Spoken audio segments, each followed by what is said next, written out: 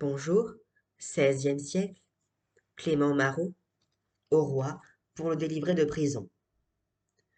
Octobre 1527. Marot est de nouveau en prison, mais l'affaire est moins grave qu'en 1526. Aussi expose-t-il son cas, cette fois sans allégorie. Récit pittoresque où le prisonnier plaisante sur sa mésaventure et met ainsi le roi de son côté.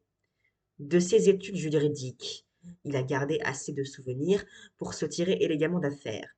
Il réduit la cause à un différend entre deux plaideurs, le roi et lui-même, qui peut fort bien se régler à l'amiable, et au profit de Marot. Chef-d'œuvre d'humour et d'élégant badinage, Boileau.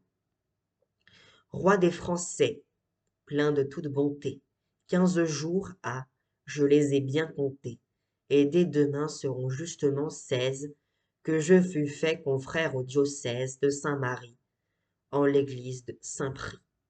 Si vous direz comment je fus surpris, et me déplaît qu'il faut que je le dise. 3 grands pendards vinrent à l'étourdi, en ce palais me dire en désarroi, nous vous faisons prisonnier par le roi. Un continent qui fut bien étonné, pardon, ce fut Marot, plus que s'il eût étonné, pardon. Puis m'ont montré un parchemin écrit, où n'y avait seul mot de Jésus-Christ. Il ne parlait tout que de plaiderie, de conseiller et d'emprisonnerie.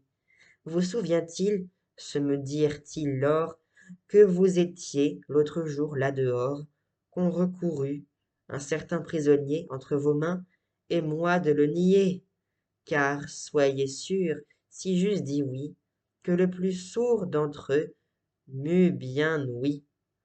Et d'autre part, j'eusse publiquement été menteur, car pourquoi et comment eussé pu, eussé-je, pardon, pu un autre recourir, quand je n'ai su moi-même secourir, pour faire court, je ne sus tant prêcher que ces paillards me voulssissent lâcher.